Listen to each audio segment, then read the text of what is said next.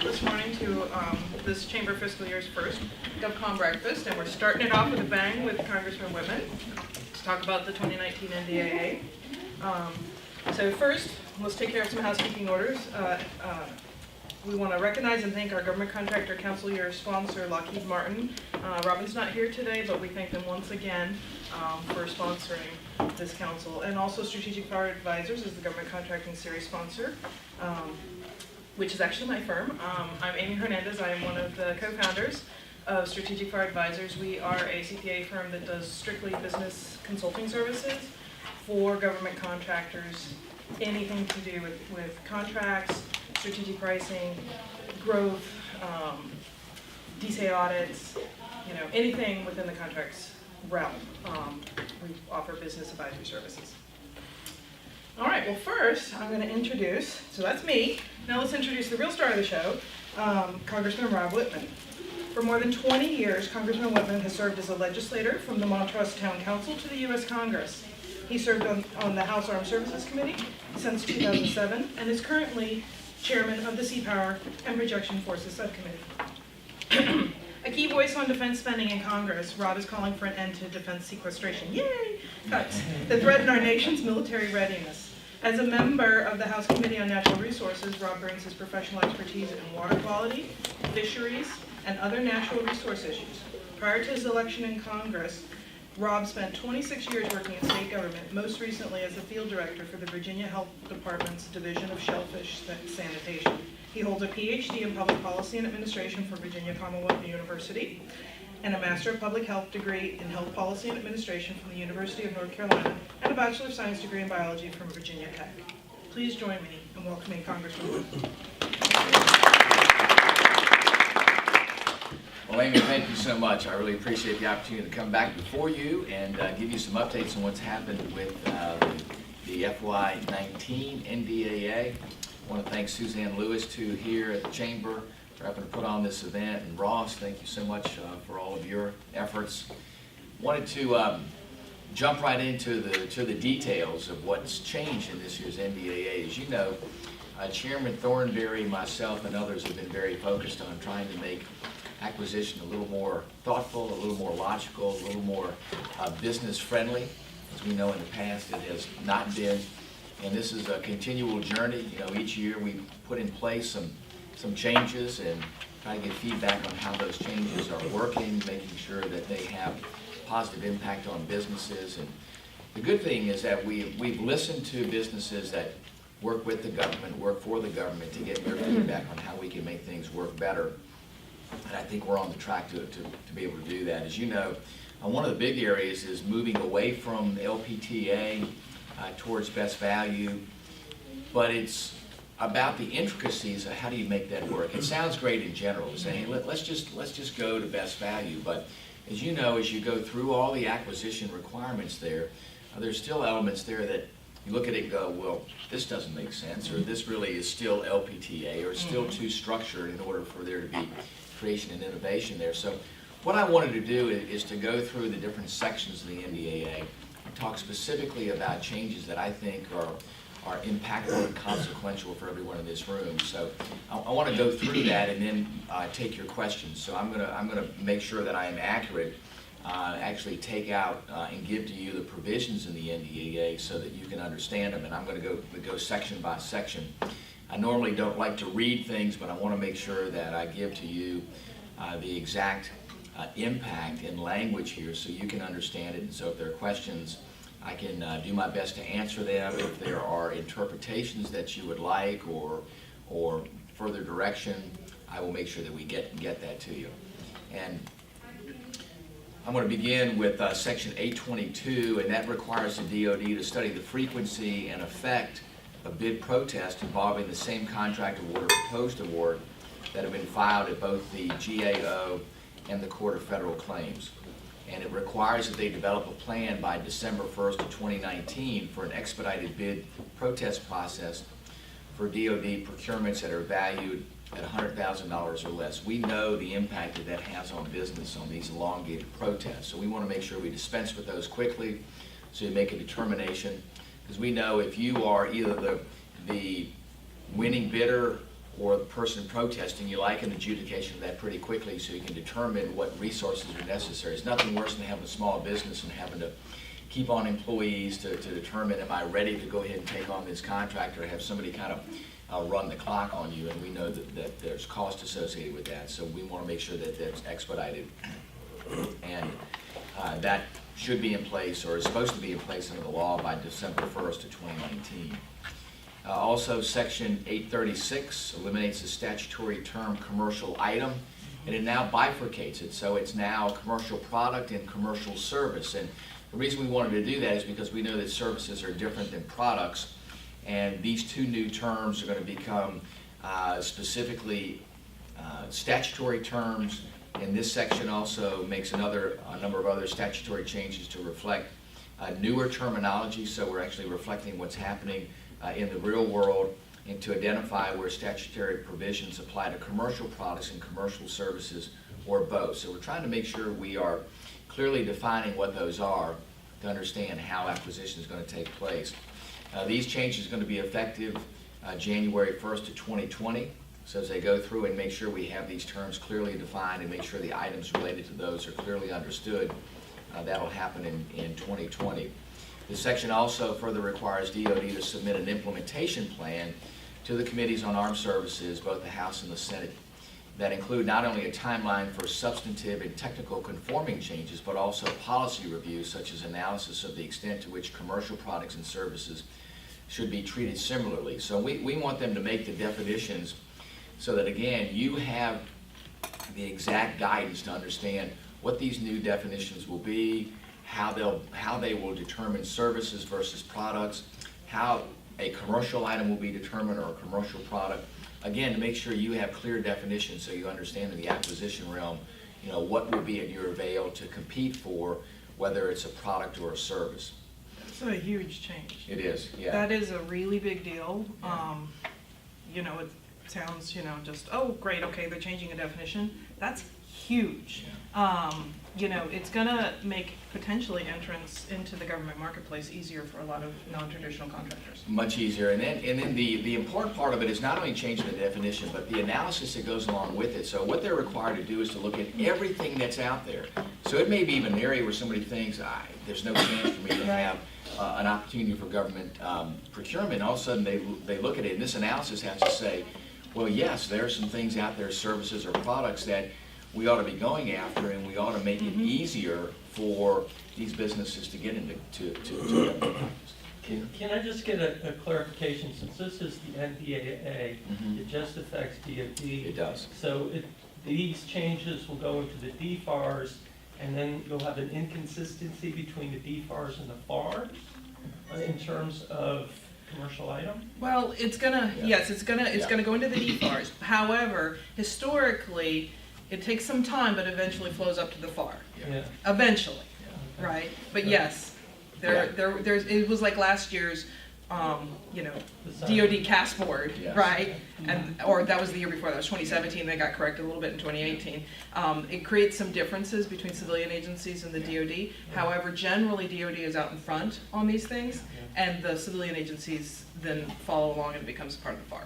Yeah, Amy's exactly right. There is going to be a bifurcation of FARs and DFARs to begin with, but since DoD is in itself the biggest acquisition element, normally it drives the process. So what we believe eventually is the FARs will follow. But the good news is that if you can get your foot in the door with DFARs, then when FARs eventually changes, you'll be all set to go. So, we go to Section 838, and that grants to GSA additional authority to develop competitive procedures for procurement made through commercial e-commerce portals. As you know, in the last NDAA, we opened it up. It was called the Amazon Clause, to where we make sure through regular e-commerce portals, we make sure that those avenues are accessible. And for these procurements, the NDAA maintains the current MPT, which is the micro purchase threshold, of $10,000, unlike earlier versions where the MPT was going to be raised to $25,000.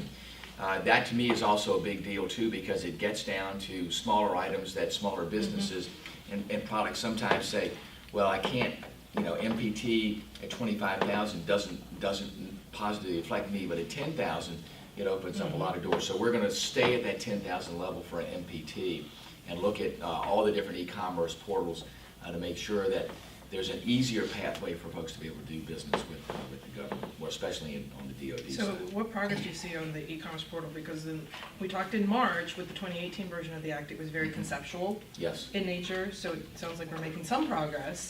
We are. We're trying. They're trying to further define what those products are. I think people are kind of feeling it out both sides. I think the commercial side is saying, well, I've got products, but how does DoD come to me through my e-portal? And DoD too is being told, you need to look and see what's in the e-portal That's areas. right. And DoD is kind of saying, well, how far do we look and how do we do this? So I think there's still a learning curve for both. The intent was to say there's all this potential out there in the e-commerce space. In DoD, it's up to you to search that, not the opposite. The opposite process was always, here's what the DoD need is. You had to decode how to get there, how to understand the requirements, how to actually read an RFP, understand and put that in. And many times it was on the smaller scale, so you said, listen, I'm not scaled big enough to really have access to that. The good news about e-commerce is that you don't have to worry about scale. They are supposed to come to you and look at that, so as long as you have your product out there in the e-commerce realm, they're supposed to say, we're going to search it and figure out what's there. Again, In theory. In theory, right. And that's where it's critical for the House Armed Services Committee to do its oversight and say, okay, DoD, what are you doing? And they are required to come back to us and say, how much business have you done there? What have you done in looking for that? Where have you demonstrated due diligence? And I think it's really going to be critical for us to make sure we follow up, because it could be easy for DoD to just say, yeah, we looked, we couldn't find anything. Instead of saying, no, here's the rigor that we use in looking. Which is historically what they did. Exactly, yes. Which ties into the commercial item and service definition changes in that whole movement, is because historically, I think procurements have been let on a Part 15 or a negotiated contract basis versus a commercial item or service basis, when they really could and should have been commercial item or service contracts, which, for those of you that aren't aware, there's a lot less requirements that you have to follow in a commercial contract. And these provisions in this latest version of the Act are forcing the DoD to go more in that direction. Yeah, and it's forcing due diligence on their part. FY18 NDAA said, do this. Well, first of all, evaluate it, do it, but without a whole lot of follow-up. What FY19 says is that we're going to force you to not only do your due diligence, but we're going to force you to be able to demonstrate what you've done in that process of due diligence. So, and we hopefully will see to the full extent of the effort that DoD is putting in and determine, is it enough, is it not?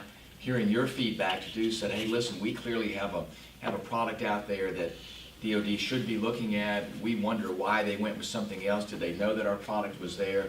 And then we can go back to them and say, okay, demonstrate to us that you actually acknowledge that this product is there, and what have you done to look at it, and how did you make the decision to choose something else? So it gives us a little more ability to go back to them and really put their feet to the fire. So. Section 852 restores prompt payments to small business subcontractors who support the Department of Defense, continuing what we see as the crucial lifeline to small businesses, making sure that they get paid on time, and making sure too that they're willing to participate. As you know, in the past, small businesses don't have a lot of cash flow. So if they don't get paid promptly, all of a sudden things go by the wayside. Another element that's been very helpful this year, that I hope becomes the standard, not the exception, is getting DoD approach done on time. I mean, for the first time in over a dozen years, DoD approach got done prior to the end of the budget year. You said that was going to happen in March. I did, yeah, I did. Well, I was cautiously optimistic. But another element too that's important is this year, NDAA got done earlier than it has, again, in about 18 years. It actually got done by the end of July. So when you get authorization done early, and it now informs appropriations, the process works like it's intended to work. And when we stay away from CRs, we don't have to worry about this inefficient use of dollars. And I go to what the Secretary of the Navy said. Just for the Navy, in the past 9 years when we've had CRs, it's resulted in a waste of $4 billion. Now, these are his words, not mine. That it's like taking that $4 billion and putting it into a trash can and burning it. Now, think about what you could have done with those $4 billion elsewhere, but that's what happens. In the last 2 years, we've had bifurcated funding mechanisms. 6 months of CRs, 6 months of an omnibus appropriations bill. So now you've got 6 months to get 12 months worth of money out the door. And in the other realm, you're just marking time. And as you know, what happens within DOD under a CR, what happens to projects and businesses and payments going out the door, everything comes to a screeching halt. So then, the DOD sends the orders out and go, by the way,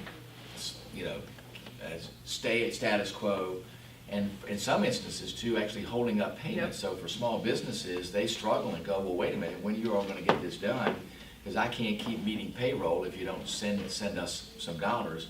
And no new start. So if you've competed for something and you said, wow, this is something that we either have been awarded, a lot of times the awards are held back. So this, I think, makes a significant difference. And then on a policy standpoint, too, to make sure payments are prompt, is something in addition to actually getting appropriations done. And then there's nothing worse than you finally get the omnibus bill out there and they have a compressed amount of time to spend the money. Yes. Right? And they want to spend the money so that they don't get it cut the next cycle.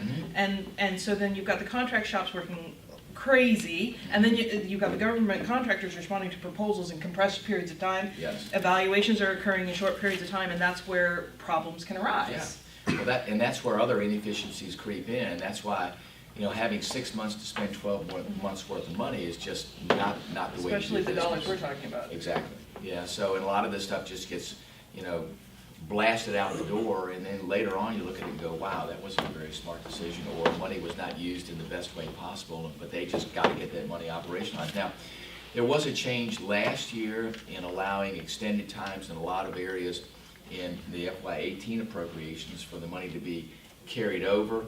The service branches can come back to Armed Services Committee and Appropriations Committee to ask to roll that money over, to extend times. We tried to provide statutory direction for them to do that, both on the authorization side and appropriation side last year, because we knew how inefficient it was to be able to pipeline so much money. But it wasn't in every area.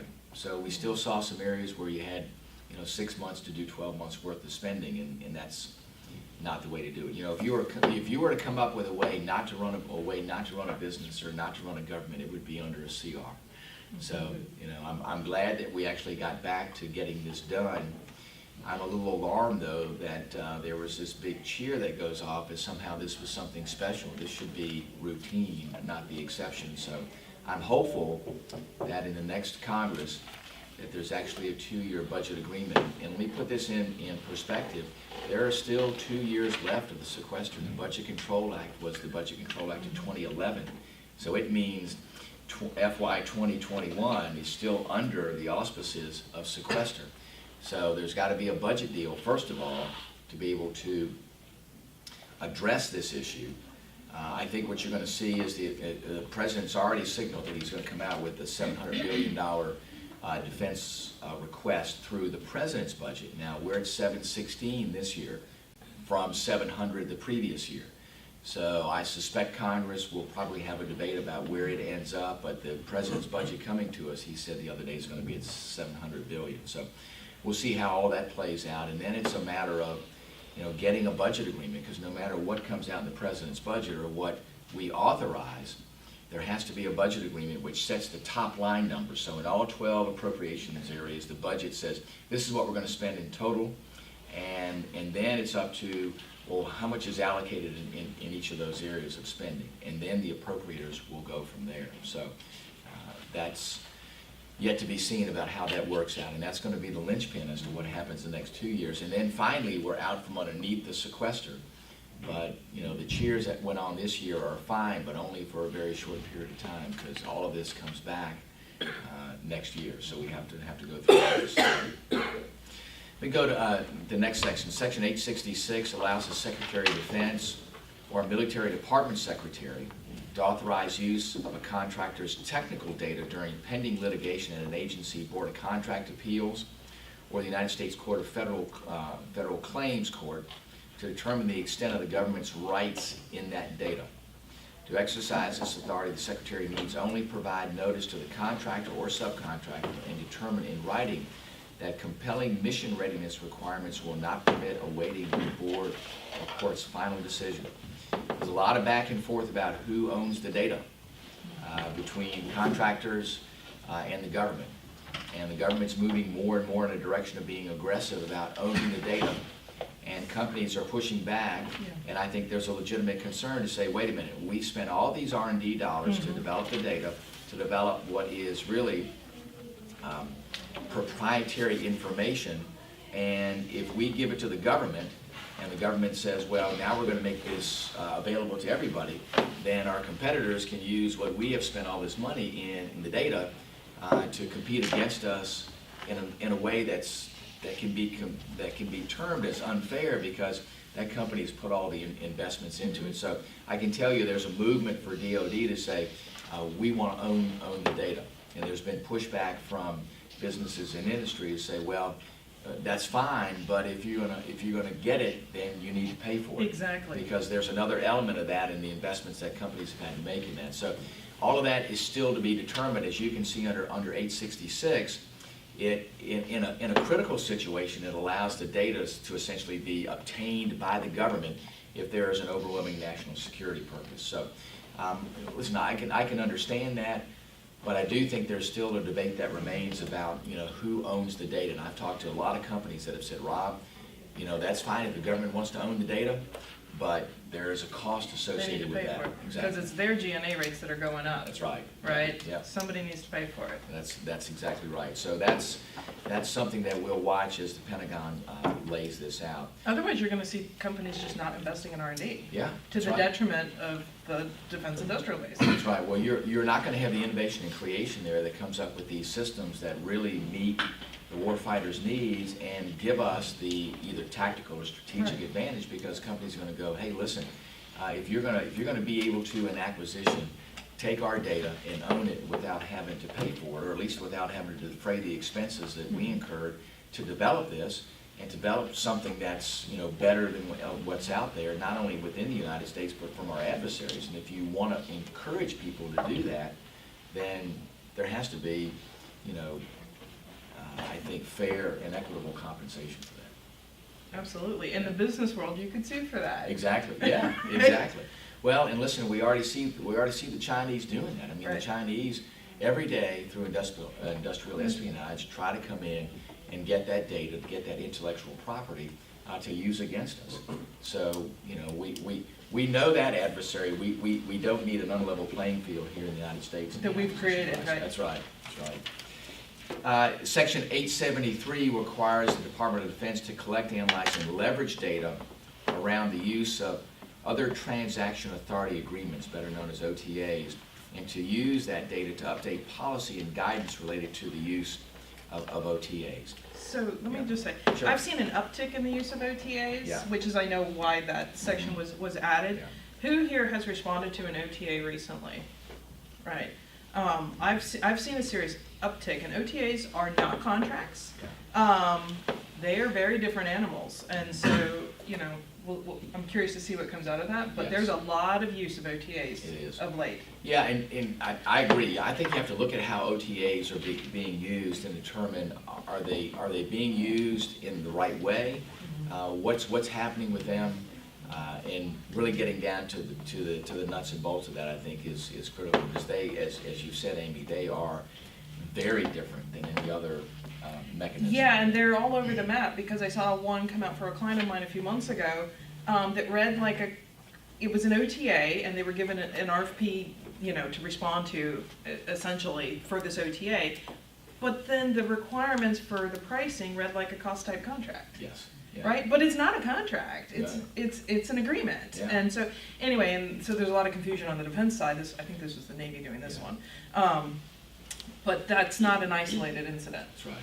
Yeah, And that's big dollars. It is, it's big dollars, and the question is there legitimate use to be able to use this different mechanism? And if you're using it, why are you using it? Is it purpose-driven, or is it just to say, this is a way for us to circumvent the structured, or the more structured way that you go through acquisition? And part of it also might be tying back to having 6 months to spend all this money. Yes. And OTAs are, in theory, faster. Faster, yes. Yeah, and there's, and the rigor there is a little bit different, not necessarily that it's not as good, but it's different. It's different. Yes, yeah, so I think looking at that and saying, is there something there other than, a true need to use a different mechanism? Is there another effort behind that? Mm-hmm. The next is Section 875 that removes the requirement for agencies to complete a determination and findings prior to using an Office of Management and Budget approved government-wide acquisition contract. So again, looking at how to simplify things as we're looking at requirements there and steps that you have to go through. We want to make sure that things are simplified. And this, to me, removes what, in many instances, is just a duplicative process. Mm-hmm. So this simplifies it, makes it easier when you already have an OMB-approved government-wide acquisition contract. Section 878 requires government-wide uniform definition of and plan for measuring procurement administrative lead time, that are known as PALT, to help ensure that agencies solicit and acquire goods and services from contractors in the most effective and efficient way possible. And again, this is just another level of due diligence to make sure that people can understand and that there's some transparency there, because sometimes when decisions are made, you look at it and go, well, how did that happen?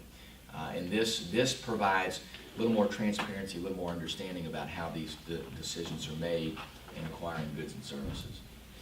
One can only hope. Yeah, I know. Well, this is our attempt to be able to drive. I mean, it's we had the enhanced debriefing procedures from the last NDAA, right? So it's a trend that's moving towards more openness and efficiency.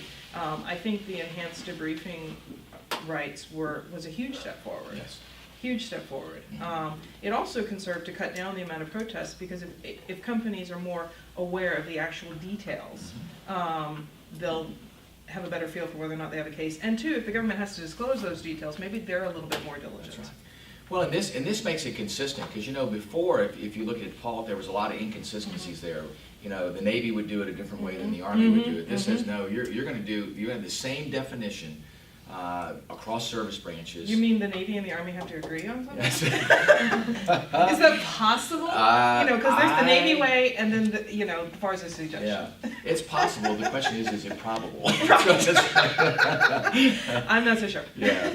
Well, this is an attempt to try to say, hey, we want consistency in how this is defined, so that people at least know when I'm dealing with this across the spectrum with procurement administrative lead time, that they understand what the definition is going to be and it's consistent. It's a noble goal. It is, yes. Time will tell.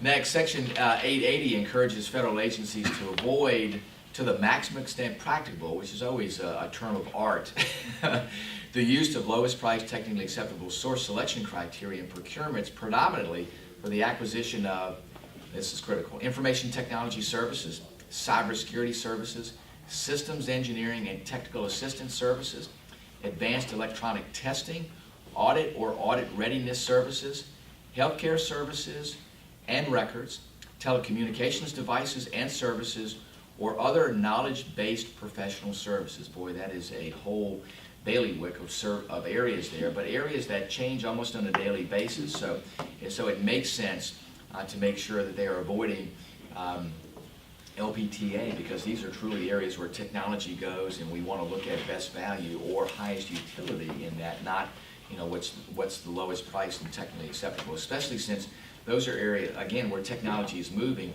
If you're driving to the lowest element of technology instead of the cutting edge of technology, I think it's really a situation where you could make bad procurement decisions and not utilize federal dollars to the greatest utility possible. Well, and some less scrupulous contractors have used that to gain the, the WBS structure, the work breakdown structure, so that they then make it up on filing, REA out-of-scope claims and things like that. So eventually they're spending the same amount of money they would have. That's right. Right? But let's think about it. These are highly technical areas. You're not buying fungible items like office supplies. That's right. Right? And so I'm happy to see this, restrictions on LPTA use has been included in the NDAA for a number of years. Yes. But this one got specific. Very specific. So yes. I was very happy to see that it's specific to the services. I mean, I would argue there's probably some other areas Yes. they should expand it to, but at least they're getting very specific on a number of areas where its use was most egregious and detrimental. Yeah, that's right. Well, and these are places where we've seen problems before, where acquisition, becomes almost illogical in looking at how's acquisition done. This is very definitive and said, no, in these areas you are going to avoid to every means possible LPTA. And I think that's critical. It also includes some other things. It includes personal protective equipment, which we've seen before, and that's the one that makes the headlines. When someone says, hey, body armor, why are we going to LPTA on body armor, especially sometimes body armor that's right on the edge of performance. And we've seen sometimes, problems with quality with that body armor. So this just makes sense. And we want to provide our warfighter a defective product. Exactly. I mean, that's just. And why would you? I mean, it's illogical. Why would you go to lowest price, technically acceptable, on something that has to perform at the highest level? And if it doesn't, it can result in loss of life. I mean, you just look at that and go, I understand wanting to save money, but how do you come to those crossroads and saying, well, we're going to save money at the cost of human life? I mean, it just, as I said, it's illogical. So this actually clears that up and says, no, LPTA is not going to be used for that. Also, it includes knowledge-based training or logistic services in contingency operations or other operations outside the United States. Get this because this is where it originated, including in Afghanistan or Iraq. Because we have seen That's where the issue was. the poster child for where this was going on, where you just shake your head and you go, what? I mean, I know many times going down range and getting there and hearing in the briefs about what was happening and the things that our leaders there were going through and our men and women were going through, you go, how did we get to this particular point where we're using LPTA for these critical knowledge-based services there that really aren't performing and doing the things that are necessary? So I think that's really critical that define that. And I'll be going back down range here at the end of the month in Afghanistan, so I will get a little more on the ground perspective of that when we go there. Well, and the next step is also making sure that the government acquisition workforce understands truly the difference between LPTA and best value. You can call an acquisition best value, but often you'll see them evaluating like it's LPTA. Exactly, yeah. There's inculcated in the mindset of many acquisition professionals there the idea that, yeah, it's best value, but the metrics that I feel most comfortable with that I know about are LPTA.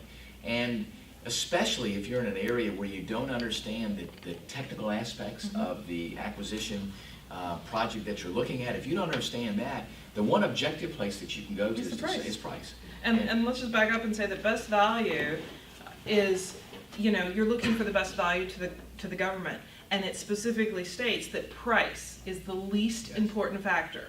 The most important factors are management, past performance, the technical aspects of what service or product you're proposing to provide.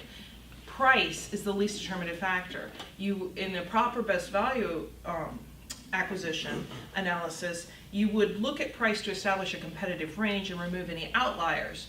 But then it's really onto the technical analysis, Yes. and you'll do a realism to make sure that the price reflects the technical approach and is therefore realistic. That's a true best value. That's often not what happens, and I would caution companies to understand the RFP. If it says it's best value, make sure that the evaluation criteria line up with that. Yes. You can file a pre-award protest for contents that are in the RFP and make that agency take corrective action in advance of submitting a proposal. That's the best kind of protest, Yes. right? Because you're getting an RFP that's clear Yes. and therefore more fair potentially. I agree, and not just looking at requirements in there that resemble LPTA, but also making sure that the elements of an RFP are clear and defined. because if they're not, that also can put you at a disadvantage, because that puts more power in the hands of the decision makers than you. You want a clear definition of what it is the government wants, whether it's product or service, to make sure that's clearly defined. And if it's not, it has to be done prior to the acquisition, because afterwards, then they're in the position of saying, well, this is what we meant by that. And after having all the information in from bidders, it makes it very, very difficult to take issue with that afterwards. So if you have something that's not clear, and you don't get a formal determination of that from the agency that put out the RFP, then you have to take formal measures to make sure that that's clear, because if not, then they are going to make that determination in the decision-making process, and that's not what you want. You want to make sure that you understand clearly and that you can provide the best proposal that you're being solicited for. Right, so don't be afraid to file a pre-proposal protest. Exactly.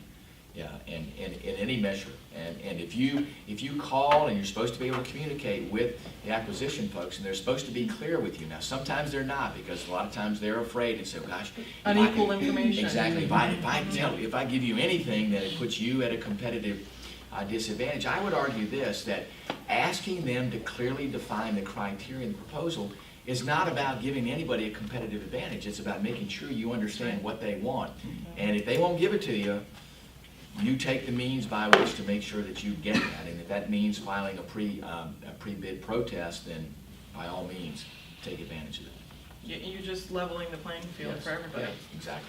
Yeah, and then, because that has to be divulged to everybody. So if you make that protest and it's something that's not clear there, they're going to have to reissue that, and then everybody knows. Everybody knows. Yes. Well, and also, you take full advantage of the opportunity to submit these questions Yes. before the proposals are submitted. Yeah. So, Yes. put them to task and Yes. make sure Take that- full advantage of doing the Q&A, the Cs and Ds, and make them fully explain themselves. And at that point, if they're not, or they're just not getting it, which happens, and you've got a nuclear option, but it's better than filing a protest after award. Yes. Yeah, because at least if you file it before the award, you can clarify and level the playing field. Afterwards, the opportunities for you are extraordinary. Yeah, and it might wake the agency up to go, oh yeah, we weren't really clear about that, and then that could help future RFPs that they write. So take advantage of it. Next is Section 881, permanently extends the authority provided in Section 806 of the Ike-Skelton National Defense Authorization Act for fiscal year 2011 regarding the management of supply chain risk, and allows the Secretaries of Defense, Army, Navy, or Air Force to exclude certain sources for the purpose of reducing supply chain risk and limit the disclosure of information relating to the basis for such exclusions. What they want to make sure is that there's consistency. If there's a weakness there, what they want to make sure is that they can act, and that it doesn't divulge what could be critical inefficiencies that would somehow relate to our adversaries that we have a problem. So what they're saying is we want to make sure we can immediately act, but we don't want to divulge exactly what that's all about, because we don't want somebody else to know, wow, here's a critical link here that's very weak, and somehow our adversaries use it to their strategic or tactical advantage. So it's just making sure that there's due diligence there. And again, it goes back to what happened back in 2011. Section 885 requires DoD to develop a process and procedures for limiting foreign access to technology through contracts, grants, cooperative agreements, or other transactions when such limitations is in the interest of national security. We've had this discussion extensively, and what we're starting to see right now is actually supply chain is starting to reflect the critical nature of U.S. sourcing and security that comes with that. Great example, right down the road here, Micron. Micron's doubling their capacity here at the foundry. Why are they doing that? Because we're going to be sourcing now semiconductors specifically for U.S. military purposes here in the United States. It never made sense to me that we're sourcing semiconductors from Chinese companies that are our adversaries, and that we're buying printed circuit boards from China. Again, all of these are in current military hardware. Now, we're going to be sourcing printed circuit boards here in the United States too, but this gets to the heart of the situation and making sure that our adversaries aren't using in creative and ingenious ways, being able to do maybe little jobs on the side just to get enough insight as they may work for a prime contractor to be able to do that. A great example is looking across the spectrum about what our adversaries are doing. In many instances, they are setting up businesses in areas conveniently next to our testing and evaluation ranges, and you're wondering, well, why are they doing that? And what are they doing within that realm? So we've done some deep dives on what's happening there to try to make sure we stay ahead of our adversaries. This is another area where we're asking folks in the acquisition realm to make sure they're looking very, very carefully at how technology could be accessed by foreign entities through contracts, grants, and cooperative agreements, because they're pretty ingenious about how those things operate. So it's not just, what are we doing in acquiring that, but who's behind that?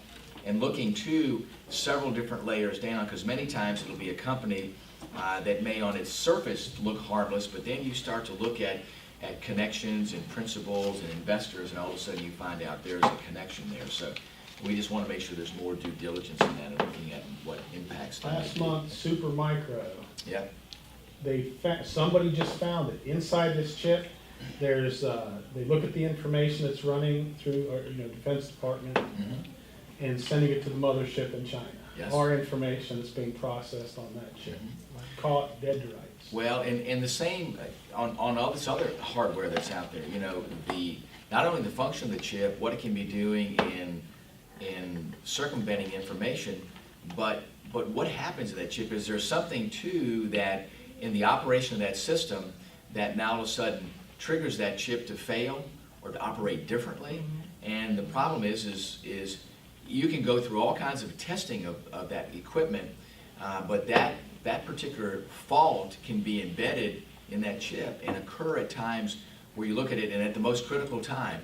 It may be in an aircraft, in a combat exercise, everything is well, but when that chip all of a sudden is now in a different AOR, an AOR that happens to include one of our adversaries, all of a sudden that chip may act differently in that realm. And I can go into a lot of other areas that are classified, but that's one of the areas where our adversaries aren't stupid about this, and they can look at it and go, yeah, we'll have it operate just the right way in all of the circumstances, but if it's in a circumstance that involves us, in a particular AOR, or that's the military term for the area of operation, that all of a sudden things change. So you really have to look deeply within what our adversaries are doing, and they are creative and innovative in what they do to try to exploit an advantage there tactically and strategically.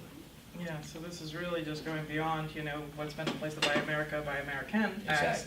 Exactly. Really just requiring due diligence to know who you're buying from. That's right. And ultimately what the source is. And do a little bit of drill down, not just the company name and the principals, but what are the connections with the principals? What previous work has the company done? When was it formed? From what entities was it formed from? So I see a lot more information going into SAM.gov. Yeah. I think our application and renewal process is going to get a lot bigger. In some ways it will. And I don't disagree that would be absolutely necessary, and maybe something we should have done a long time ago. Yeah. Because why were we buying semiconductors again exactly. from China? Yeah. Well, LPTA is why we're and that's where I was going with that. Yeah. It's LPTA. It feeds into everything. Yeah, Right. it does. It does. Yeah. It's the illogicalness of that process that's led us to where we are today. But thank goodness we have finally realized it. Hopefully not too late. But anyway. Section 890 requires DoD to establish a pilot program to reform and accelerate the contracting and pricing processes associated with contracts in excess of $50 million. The program may include no more than 10 contracts, and none of the selected contracts may be part of a major defense acquisition program. So what they want to be able to do is to look at how do we get these contracts prosecuted more quickly. And it goes back to some of the major programs. If you look today, look how long it took us to get F-35 through all of its hiccups and machinations to where it is today. It's gone from a concept to actual IOC, which is initial operating condition, dozens of years. And you look at that and you go, we've got to be able to do that much more quickly because our adversaries are getting technology applied much more quickly. So what this is saying is, how are we going to take these major contracts and make them happen in a faster way? And I think everybody in DoD understands that by the time you come out with technology in today's 5th generation fighting aircraft, and by the time you get it to critical mass to actually put it out there, whether it's on the decks of aircraft carriers or amphibious ships or within the Air Force, if you're operationalizing that and all of a sudden it is now a generation behind when it actually gets into operation, you have to ask yourself, why that long? Can't we do a better job of that? So I think everybody is acutely attuned to saying we have got to make sure these major contracts are done in a much more effective way. And you have to be willing to say, here's the starting point. What's happened in the past that's led to this is we've always chased technology. So you go through a design and development process, you get to a point you go, wow, this is cutting edge technology today for this aircraft, for this ship, for this combat system. And then as you go through the acquisition process, which now takes years, all of a sudden by the time you start to get into the construction and development of that platform, you look at it and go, well, wow, there's this really new, neat bell and whistle out here in technology that if we could put it into that would be really great and enhance the capability of that. That's great, but the problem is now you're adding to that. So guess what happens to time and cost? And in every one of these major programs, that's what happens. Time gets extended, cost gets extended because we chase technology. We have to be willing to say, you know how we combat that? We compress the time it takes from the research, development, concept, and design to actual IOC, which means compress those times. And when we do that, when you get these systems fielded, there's less of a technological gap with where our adversaries are, and then make them to where they're upgradable. So put in the hardware, but make them software upgradable, and we see that happening today in ships and other things, and make hardware on board easily transferable. So if you have a new radar array that needs to go on a ship or an aircraft, design it to where it's not a problem to take an old array off and put a new array on, or to upgrade that array, or something along those lines. So this allows us to do that, and really says our focus is to be able to get major systems fielded much, much more quickly. Right, so my 7-year-old that wants to be a fighter pilot will still fly an F-35, but the software will look completely different. Exactly, yeah. and even the hardware on board, and have that, that's what's called a low observable aircraft. So you keep everything inside the aircraft so it doesn't reflect radar as much. But you can also do things within that aircraft to have something that comes out of the aircraft. Now, as soon as you do that, the aircraft becomes a lot more visible, so you have to mission plan. But doing things in electronic warfare to make sure that our adversaries don't get a clear view of what that is or what it can do or where it is, the key elements. So make sure that's upgraded, make sure the aircraft can do certain things, because you need that platform to last a number of years. You don't want it to turn around and say, well, this is an aircraft we're going to rely on for 40 years, and then 20 years down the road you go, it's obsolete. This aircraft just can't operate because it's not upgradable. We can't do things to it to make sure we can counter our adversaries. But this is also good, that compressed time frame. It's good for small business, because any of these major weapon systems acquisitions have tiers of subcontractors, more than 5 deep. And by compressing that time, you're then able to bring the small business partners in sooner and involve them, and there's potential, great opportunity there. There is, and then there's economies of scale too, because remember, if you compress the time frame for acquisition, you're also probably going to compress the time frame for construction and operation. Yes. So if you do that, then all of a sudden, instead of saying, well, now I've got a contract with Lockheed on F-35 that's now going to build those aircraft over 30 years, instead of saying, well, now I've got it 15 years, so now my economies of scale go up because I'm going to be producing more at a higher rate, and that helps overall with your business and also with your efficiencies. Right, so not just, benefiting the big GovCons, Boeing, Lockheed, Raytheon, no offense to Lockheed, Robin's not here, but it really will be beneficial to those mid and small businesses that are providing components and services. Absolutely, yeah. Next is section 938 and 941 through 943. Those sections now initiate a number of reporting requirements for security clearances that will provide valuable information that Congress can use to craft new programs to reduce the backlog and wait times associated with government security clearances and make overall improvements to the process moving forward. that's code word for saying how do we really look at what positions need a clearance and which ones don't. You know, we issue today well over 1 million security clearances, and the question always becomes, do we need that many security clearances? Do we restrict people's access to information? The default position is now, well, if you're working in an area that has secret clearance, you know, just get a TSSCI clearance. And it's not necessary, but they say, well, we might work with something there.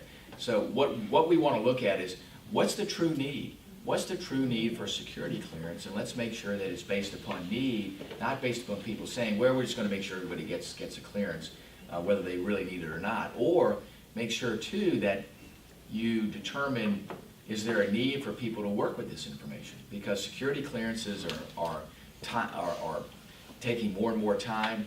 As you know, if you're a business and you have somebody that's working in that area and your customer says, we need everybody in this program to work with a clearance, and you're trying to hire people and get them on and get them through the clearance process, it can be tremendously frustrating. And remember, you know, you got to bring those folks on. They're on salary, and there's only so much you can keep them doing on non-cleared information before you have to say, wow, this is hurting us. So what this is going to say is, how do we better manage this system? How do we make it based on true demonstrated need, not just on customers saying, well, everybody needs to have clearance. Right, that's the default reaction right now. It is, yeah. And that results in millions of people with clearances. And I argue, too, it makes it tougher to really manage critical information in ways to keep it from getting in the hands of our adversaries. I mean, you can imagine, you know, what has to happen internally to keep up with, you know, 1 million people that have security clearances. I mean, there's always somebody that's going to slip through that does something outside of that and gets by with something, and then we find ourselves with a, with a security breach that is significant, and we've seen some of those in the recent past, and I think all those things are with a important. smaller pool of applicants, or those that need to be renewed, should be able to spend a greater amount of effort with the same resources, save money, but also save time. It's much more efficient. Exactly.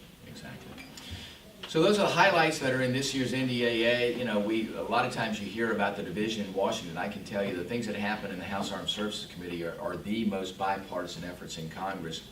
The NDAA passed out of the House, the conference report, which is the adjudication of the Senate and House version, passed out of the House on a vote of 359 to 54. That's as bipartisan as it gets. And the Senate followed on August 1st with an 87 to 10 vote. So, the good news is that in the realm of national defense, things are as bipartisan as they are in anything else in Washington. In fact, I would argue at a higher level of bipartisanship than anything else, which is good. The funding for DOD has increased, as I said, overall in total, $716 billion this year. That includes all operations. The actual dollars that go directly to the Pentagon are $674.4 billion. As you know, there are other elements in defense funding that go to other federal agencies, Department of Energy and other places. So 716 is the total amount, but the dollars that go directly within the Pentagon is 674.4, which is pretty significant, especially over what the sequester levels were, which were in the mid 500s as far as defense spending. So significant increases. The key is where will we end up next year? There's a continuation of things that have to happen for us to restore readiness, to make sure that we are catching up in many of these major programs. And we have as many major programs going now as I think we've had in history, from the Columbia-class ballistic missile submarine, the most advanced ship ever in the world, and the things that are going into building that ship are phenomenal. My concern is, like anything else, quantum leaps in technology, changes in manufacturing process, now squeezing timelines because we've had some delays. My concern is getting that submarine delivered on time.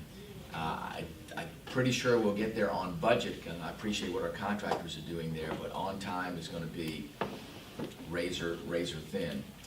And the same with new aircraft. As you know, we're replacing our bomber fleet eventually with the new B-21 Raider aircraft. I've been out to the companies involved in that, both subcontractors and prime. That's an unbelievable aircraft, but again, it is incorporating a tremendous amount of technology. I think that the subs and the primes are doing an extraordinarily good job in that, but I'm not going to say that there's not going to be hiccups along the way. Again, very complex aircraft, but one that gets us back to having a tactical advantage in that realm. And I can go down the list, but the good news is that, you know, I think through the process we are now properly resourcing what needs to be done within the military. The acquisition processes are getting better. I think our contractors are very attuned to knowing that they have to perform, and they understand that the hiccups of the past cannot be the headlines that they want to see for their companies in getting this work done. One other thing I want to close with, and then go to your questions, is this. I think the most critical thing that we face as a nation going forward is how do we do the job more efficiently and more effectively than our adversaries. It used to be in the past that we just out-resourced our adversaries, and that's what gave us our strategic advantage. Now, let me put this into perspective. If you go back to World War II, when World War II began, Germany increased its productive capacity by a factor of 15. When Japan entered the war after Pearl Harbor, and the United States did also, Japan increased its productive capacity, manufacturing capacity, by 25%. When the U.S. entered the war and spun up its industrial complex, we increased our productive capacity by a factor of 250. The question is, if necessary, could we do that today? And what's the answer? No. And the reason being is that everything today is so specialized. You could not take a General Motors and say, General Motors, build an F-35 aircraft, or even build one of the advanced vehicles that we build, like an MRAP. They just don't have the ability. You can't convert a production line there for a very specialized automobile to a very specialized combat system. So we are now in a realm of specialization, and the industrial capacity is right there at that critical point, whether it's building ships, building aircraft. You know, from the years past when we've had dozens of contractors and companies that built those systems, today we're down to a limited few, and I would argue right at the cutting edge. So if you lose one, the ability for us to be able to build those systems is, I think, sacrificed. So where does that leave us? That leaves us in this position.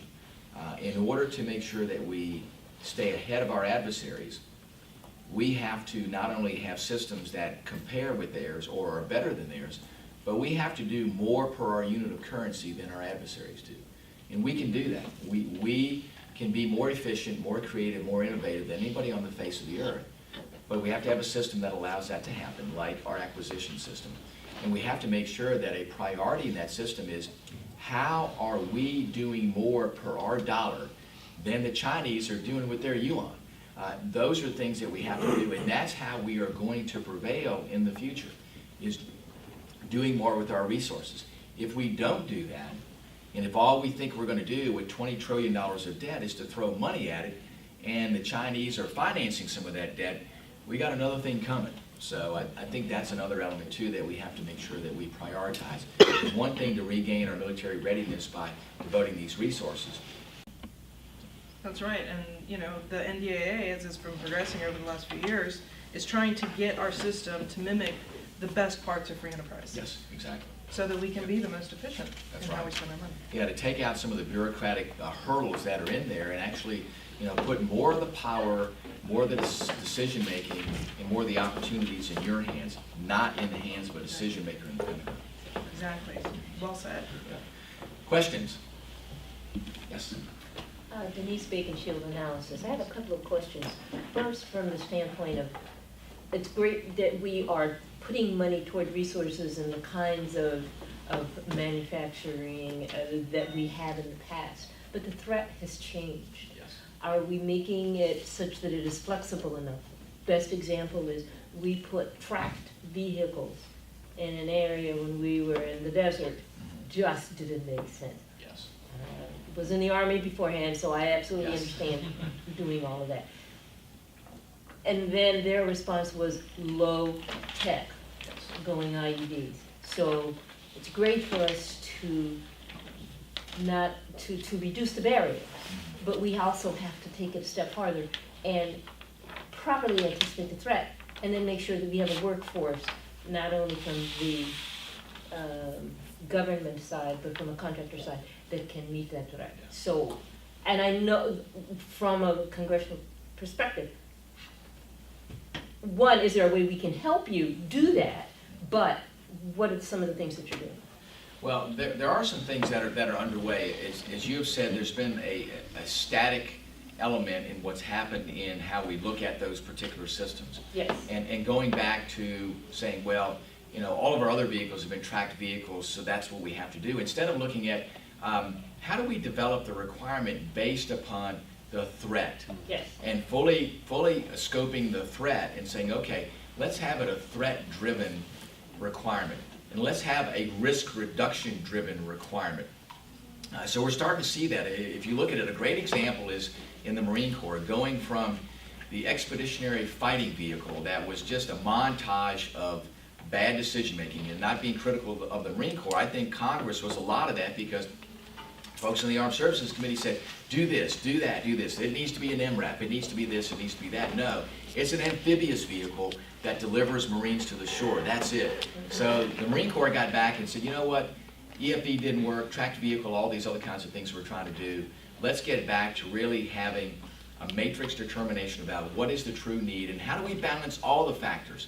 The ability for that vehicle to do certain things, so it's driven by threats, it's driven by performance, and then determine what's the best combination of factors. And price does play a part in that. You know, what happened with the EFV is it was going to turn out to be an extraordinarily expensive mechanism to get Marines to the beach, and the question is do you build fewer of them that do certain things, or do you build more of them that have, you know, maybe a slightly less capability, but overall do more? So that's where the Marine Corps is today with the ACV, moved in different areas.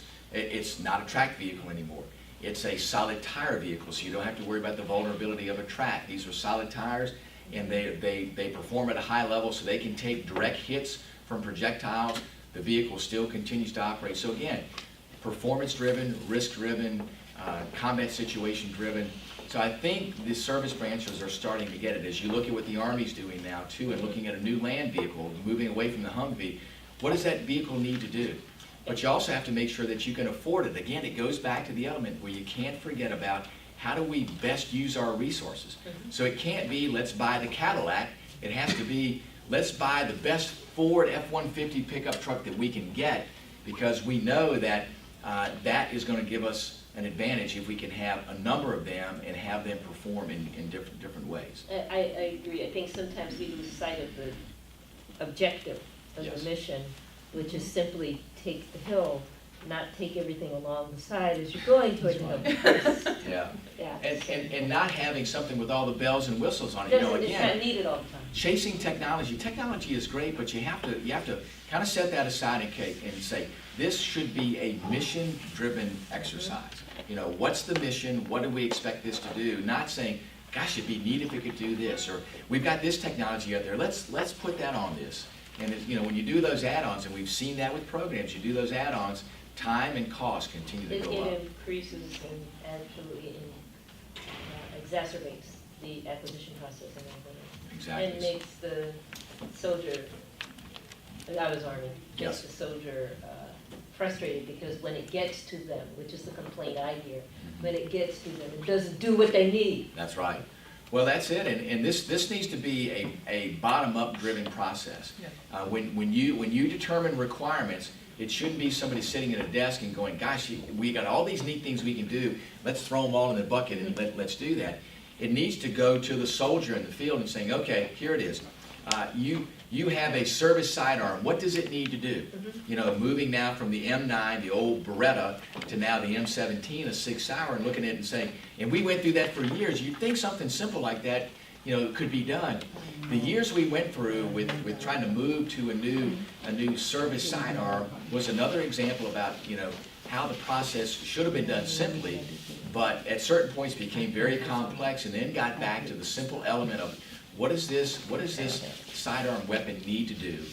how does it need to perform under these conditions, under very trying conditions, hot, cold, muddy, wet, and find something that performs and get that at the right price point. And they were able to do that. Took longer than what it should have taken, but the end result is where I think we need to be moving, and that's just an example of a number of other areas. But again, that was driven by folks in the field saying, and you know, the M9, some people either loved it or they hated it. But you also looked at its performance, and you looked at it and said, well, there are a lot of other current weapons out there right now that perform a lot better than the M9. Why are we continuing to stay with that for a number of years? Why don't we go to something new, put that performance standard in place, and here we are. So again, an example about how folks in the field, you know, finally pushed and said, this is what we need. And it was interesting because, you know, in the military, military service members will have their own firearms. And many times they would ask when they go on deployment, can I bring my own service revolver with me, because it uses the same ammunition. And of course, as you know, you cannot carry anything other than standard issue. So you have people in the field that were just like, I can't believe this, you know, I've got to carry this. So, but again, their thoughts and ideas made their way up the decision chain to where they actually end up with a service sidearm today that works for them and their mission. That's a great example of a specific piece of equipment. How about the big both sides of things? And here's an example. I was at the Tank Farm Open House last month, and there was a big discussion from the weapons experts. You know, we could take every Marine, I'm talking the on-the-ground grunts, we can take every one of them and outfit them with the absolute best of everything. Cost no object, the cost would only be one F-35. So how do you guys, how do you kind of take both sides of something like that and come to a middle ground for what's best for the big picture? Well, that's a great question. There are a lot of different areas where we have to look at how do we maintain dominance in that realm. And today it includes other realms. As you know, it's cyberspace. It's also outer space. And listen, they're going in the direction of a space force. I will tell you, I was not a proponent of a space force. We'll see how it all operates. Nuclear space force. Yeah. So we'll see how it all operates. Again, I always have a concern if you're going to add another layer of bureaucracy within the Pentagon. You know, the Air Force, the Navy all did things in space. Even the Army did some in space. I'm not sure that adding another layer there. But anyway, we'll see what happens there. But the key is this: is how do you look at all those battle realms and look at ways to maintain tactical and strategic advantage. The acquisition process for F-35 absolutely could have been better. And the reason being is that we tried to have a one-size-fits-all approach. We're going to say we're going to build one aircraft and it's going to meet the purposes, stated purposes for the Air Force, for the Marine Corps, for the Navy, and then you get certain pushbacks there about saying, well, this is what we need, that's what we need. And the ultimate cost of designing those different aircraft frames, and then where we are now, where when we get production up, those aircraft will actually drop below $100 million a copy, but that's a pretty expensive price tag for an aircraft, especially one that has a single engine and other things that I think you look at and go, wow, you know, is that the best outcome? We do have to balance that, and as I said, it goes back to asking the question today is, how do we use our resources to a greater capability than our adversaries? And I would argue that for the F-35, a very capable aircraft, a fifth-generation aircraft, you do have to go back and ask the price question and say, could we have done something equally or comparably as good at a lower price point? You know, could we have said, in this aircraft now with the total buy, including foreign buys, is at about 3,000 aircraft.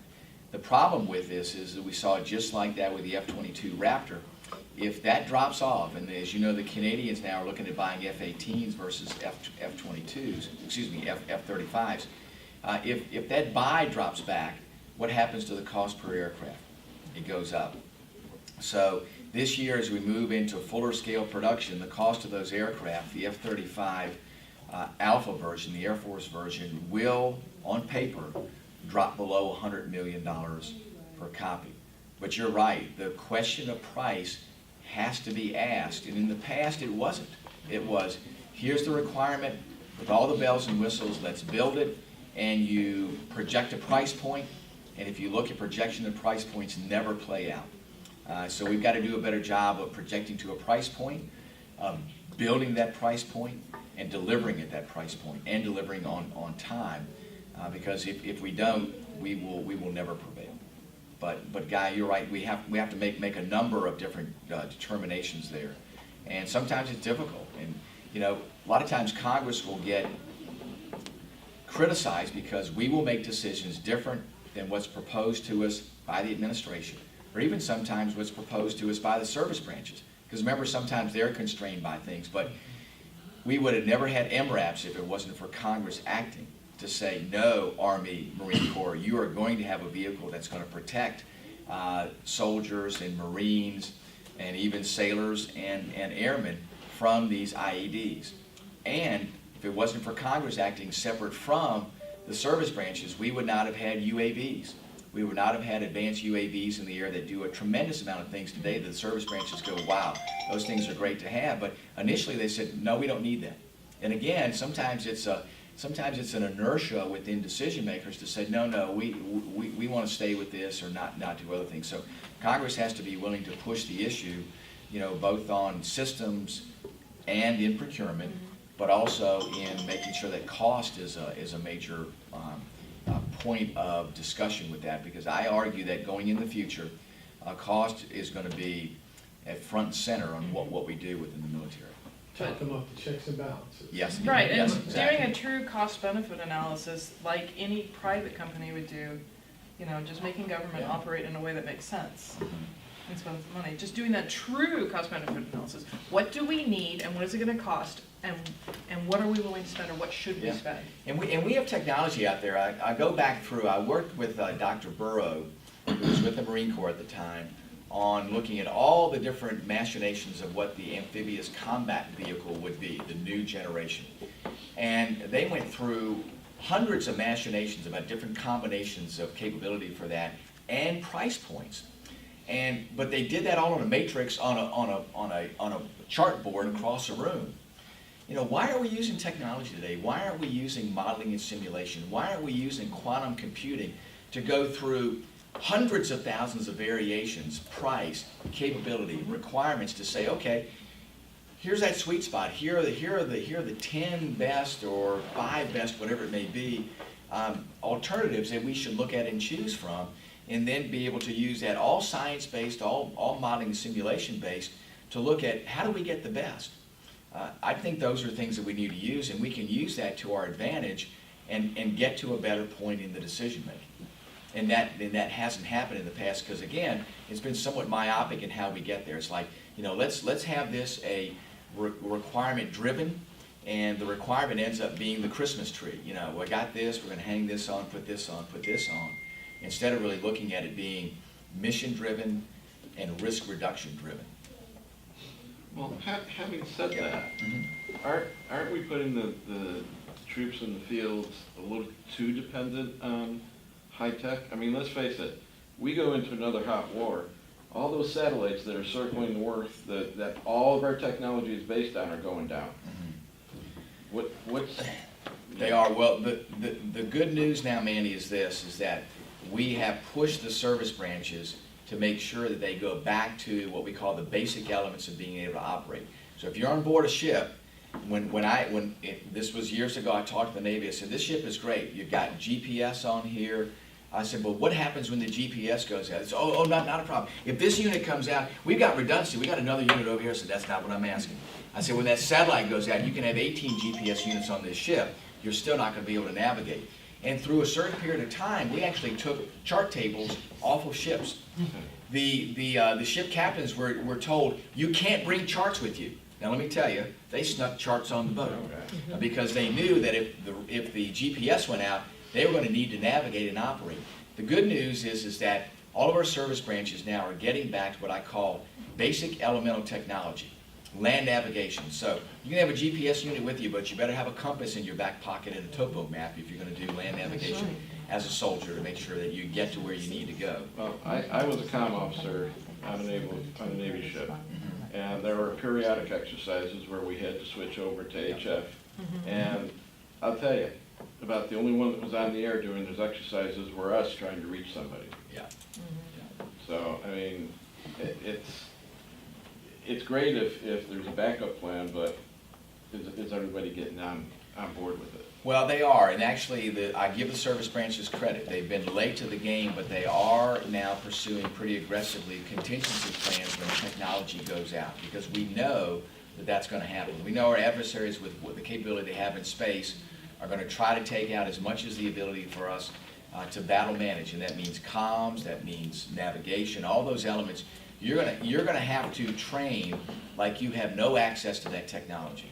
And what we're seeing right now in these large-scale joint exercises is they're operating in an environment where comms are down, where they have to use alternative or contingencies without, major comm links. You have to look at it and say, we've got a great system where all these things get to talk to each other, but what happens when they don't? How do you call in, if you're a soldier on the ground and you need air support, how do you call in air support if your comm links are down? What's the alternative to that? How do you make sure too that now you can direct fire? Because remember, directing fire is all about GPS. How do you direct fire to make sure that you're putting it in the right spot, not on friendly forces but others, when you have those comm links that are down? So the good news is that, and we push the service branches to do that. So they are not only putting those measures in place, but they're beginning to train that way. They're training in that battlefield scenario where everything is down. So how do you create situational awareness? How do you gather intelligence, surveillance, reconnaissance in that realm? And it essentially means that where in the battle space you operate jointly and you're connected with all these different other elements, these units now have to be able to practice operating by themselves. So if you're on a ship out there, you have to be able to practice and say, how do I operate having no comm links? How do I operate with situational awareness? How do I gather intelligence, surveillance, reconnaissance to do the mission without having any kind of links to anybody else? And that can be a little bit of a spooky feeling for those folks out there. We're But it's teaching them something. to go old school. That's right. Yeah, exactly. I think we got time for one more, and then we're gonna have to wrap. I know you came here to talk about the NDAA, but I'm Peter Fish. I'm a partner in a small law firm where most of our clients are small to mid-sized government contractors. And there's a piece of legislation on the Hill that I think would benefit all of our clients and probably a lot of the folks in this room, and it's called the Small Business Runway Extension Act of 2018, which is going to adjust how small business size is determined by, instead of going back the 3-year average, to kick it to 5 years. And so that's already passed the House. What have you heard in terms of its prospects in the Senate? Peter, I haven't heard of anything, but let me check and see. Normally what happens is at the end of the year, there are a whole litany of must-pass bills to do things to keep the operations of government going. A lot of times what will happen is those bills can be added to that. I don't like it, but the Senate has rules where they can essentially, they can hitch anything to the legislative train that's leaving the station. Since it's already passed the House, procedurally it's easier for the Senate. We can't do that in the House, but they can do it in the Senate. So let me check and see the situation. On the other side, let me say that this will be a lame duck Congress. And I can tell you my expectations for a lame duck Congress are about as close to zero as you can get. But I know that there are certain things that will have to pass. So let me check and see if there's at least conversations in the Senate to say, let's include that in something that has to get out the door. So that would be huge. I mean, Yeah. so many small contractors, end up going out of their size standards quickly just due to growth. Yeah. And being able to roll it back 5 years gives them a little bit. Managing based on that. Right, because you grow really rapidly, but you're still acting like a small business, and they need a little bit extra time, so that's Well, very. Peter, I agree, and we've heard that from business after business after business. Small business development opportunities are meant for small businesses to start and to grow. Yet it seems like there's a penalty to say if you're successful, we want to cut you off. So how do you make sure these small businesses actually grow to be the big businesses? How does a small business become the next Boeing, the next Lockheed? That's right. Yeah. The way it's set up right now is you don't. You're forced to say, let me stay in this sweet spot because I can't go across the bridge to become a middle-sized business, to eventually become a big business, because I get hammered. In fact, I have all this stuff taken away from me if I try to do that. So I think it's a great point. I think more and more members of Congress are realizing that there's a reverse incentive in what happens in the rules for small businesses as they grow. Right. Yeah. Well, this was a fabulous discussion. Unfortunately, we don't have any more time for Q&A, and we could listen to the Congressman for a lot longer. I did want to recognize the chairwoman of the chamber. She had an announcement to make that might be of interest to everyone. Well, yes. Hi, for those of you I haven't met, my name is Betty Dean, and I have the honor to serve as the chairman of the board for the chamber this year. And I want to first of all thank all of you, the members of this government contractor committee. You are vital, vital components of the chamber, vital components of our community's business. I want to also thank Amy for her leadership, and also Guy Hinkler for his many years, his past leadership of this committee and his many years of leadership within the chamber. And of course, thank the congressman for being here. Thank you so much. Thank you very much. Thank you.